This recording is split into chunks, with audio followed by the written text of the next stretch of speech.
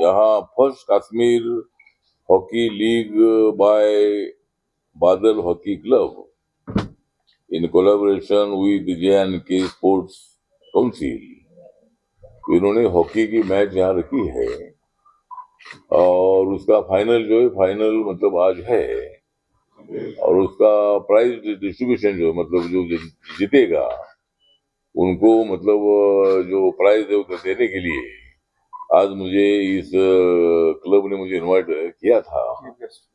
और अभी मैं आते आते माननीय आदरणीय महामहिम मनोज सिन्हा जी, जो यहाँ के लेफ्टिनेंट गवर्नर है, उनके साथ मेरी आधा घंटा तक बात हुई और जम्मू कश्मीर के हालचाल के बारे में पूरी जानकारी उन्होंने हमको दी कि जम्मू कश्मीर में मतलब बहुत बड़ी शांति है, बीच में थोड़ी गड़बड़ होती है, लेकिन आम आदमी को यहाँ बहुत बड़ी राहत है। और जब से 370 आर्टिकल हटाया है तब से यहाँ देखा जाए तो कम से कम 2 करोड़ 11 लाख से ज्यादा टूरिस्ट आए हैं, और उसमें फॉरेनर भी है, इंडियन भी है, और लोगों को अभी डर नहीं लगता है। मतलब पहले तो यहाँ श्रीनगर आने के लिए, जम्मू आने के लिए डर डर लगता था, लेकिन अभी स्थिति ऐसी है कि लोगों को बिल्कुल डर नहीं लगता है। और जिस तरह 370 आर्टिकल हटाने के बाद यहाँ तिरंगा झंडा लहर रहा है, और जो अपनी भारत की जो भारत के लोगों में जम्मू कश्मीर का या कश्मीर का सबसे बड़ा अट्रैक्शन हमेशा रहता था, और कश्मीर आने के लिए लोग मतलब दूर दूर से यहाँ आना चाहते थे, लेकिन बीच में आतंकवाद इतना बड़ा था कि उससे मतलब यहाँ लोगों का आना जाना बंद हो चुका था, और यहाँ का टूरिज्म पर मतलब यहाँ का काम चलता है। तो LG साहब ने हमको बताया है कि भाई यहाँ बहुत बड़ी शांति है, बीच में जानबूझकर कोई हमले करने की कोशिश होती है, मगर हमने जम्मू कश्मीर को बहुत ही अच्छा मजबूत बनाने का काम किया है। यहाँ के बेरोजगारों को रोजगार देने के लिए एडवर्टाइजमेंट निकाल कर उनको नौकरी देने का भी हमने काम शुरू किया है।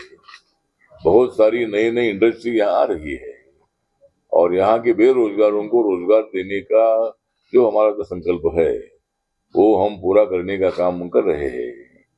यहाँ होटल इंडस्ट्री और भी ज्यादा बढ़नी चाहिए, बाकी के जो उद्योग है वो भी उद्योग यहाँ आने चाहिए, और बहुत सारे उद्योग यहाँ आ रहे हैं, और उससे जम्मू कश्मीर का बहुत ही अच्छा डेवलपमेंट होने वाला है।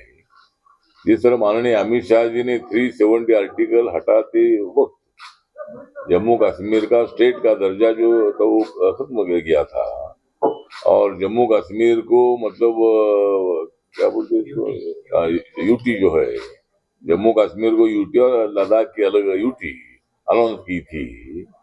लेकिन तभी माननीय अमित शाह जी ने अनाउंस किया था कि माननीय मोदी जी की सरकार जो है, ये सरकार बहुत ही जल्द यहाँ असेंबली का चुनाव करेगी और जम्मू कश्मीर को स्टेट का दर्जा दिया जाएगा।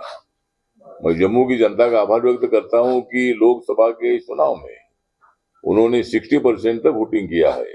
मतलब वो ये हमारे लिए बहुत बड़ी गर्व की बात है कि बाकी के महाराष्ट्र हो या दूसरे स्टेट हो, वहां भी मतलब वोटिंग का कम परसेंटेज हुआ, 60 हुआ, 60 थोड़ा कम हुआ, लेकिन जम्मू कश्मीर में 60% से ज्यादा या 60% वोट यहाँ हुआ है।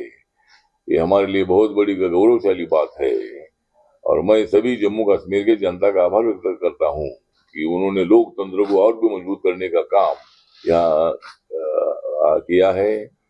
और अभी बहुत जल्द ही शायद महाराष्ट्र का, हरियाणा का,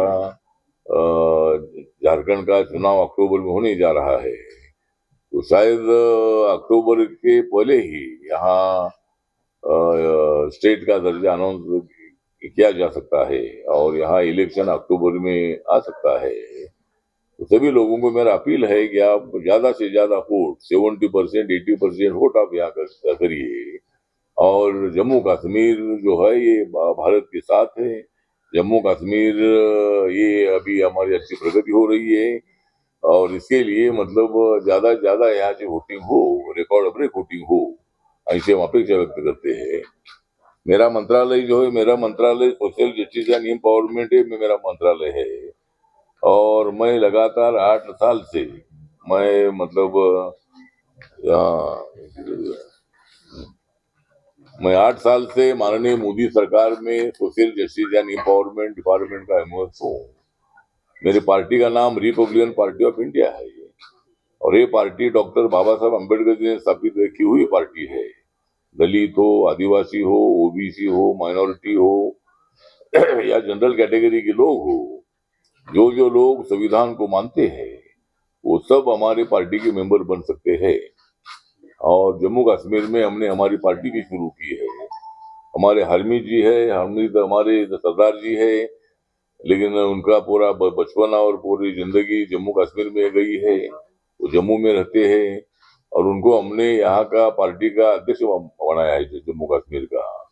हमारे मिस्टर लोन है, ये भी हमारे पहले कई सालों से मेरे साथ वो उन्होंने भी काम किया है, वो भी यहाँ के अध्यक्ष रहे हैं। और उनके बीमारी के कारण बीच में थोड़े बीमार थे, तो हमने हरमीत जी को जिम्मेदारी सौंप दी है और ये भी हमारे साथ है। हमारे नेशनल कमेटी में हमने इनको भी ले लिया है और हमारी कोशिश है कि भाई जम्मू कश्मीर में हमारी पार्टी को बढ़ाने का काम हम करेंगे।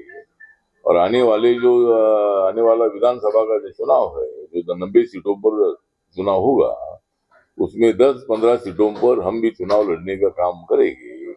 और हमें पूरा विश्वास है यहाँ एनडीए की सरकार आ सकती है। और यहाँ मतलब जिस तरह माननीय फारूक अब्दुल्ला जी ने आज कुछ कल अनाउंस किया है कि उनकी पार्टी जो है नेशनल कॉन्फ्रेंस है, वो अपने बलबूते पर चुनाव लड़ेगी। और यहाँ कांग्रेस पार्टी और पीडीपी एक साथ आते कि नहीं मालूम नहीं है, लेकिन ठीक बात है, जो इलेक्शन में जिसको जिसके साथ जाना वो जा सकते हैं। लेकिन अगर हमारी पार्टी बीजेपी के साथ अगर हमारा गठबंधन होता है तो जेपी नड्डा जी से मैं बात करने वाला हूँ और रिपब्लिकन पार्टी एक 5-6 सीटें अगर मिलती है तो बीजेपी के साथ हम रहेंगे। और अगर कोई सीटें हमको नहीं मिलती है तो 10-15 सीटों पर हम इंडिपेंडेंट चुनाव लड़ेंगे और बाकी के सीटों पर बीजेपी का समर्थन करेंगे। और हमें पूरा विश्वास है कि जिस तरह माननीय मोदी जी के नेतृत्व में मतलब देश भर में बहुत सारा काम हुआ है, जम्मू कश्मीर में भी बहुत सारा काम हुआ है, इसीलिए मतलब यहाँ एनडीए की सरकार आ सकती है, बीजेपी की सरकार आ सकती है। इसी तरह की हमारी कोशिश रहेगी और इसके लिए मतलब हम यहाँ मतलब हमारी कोशिश जारी रहेगी। जिस तरह मेरा मंत्रालय जो सोशल जस्टिस एंड एम्पावरमेंट है, मेरे मंत्रालय के अंतर्गत शेड्यूल कास्ट आते हैं, मेरे मंत्रालय के अंतर्गत डीएनटी आते हैं, ओबीसी आते हैं, दिव्यांगजन आते हैं, सीनियर सिटीजन आते हैं, ट्रांसजेंडर आते हैं, अनाथ आते हैं, ऐसे तमाम लोग जो है हमारे मंत्रालय के अंतर्गत आते हैं। और देश के टोटल पॉपुलेशन में 85% पॉपुलेशन हमारे मंत्रालय के अंतर्गत आता है। और इस साल का मेरे मंत्रालय का जो बजट है, ये इस साल का मेरे मंत्रालय का बजट 1,65,492.72 करोड़ का है और बजट ये बजट 1,00,000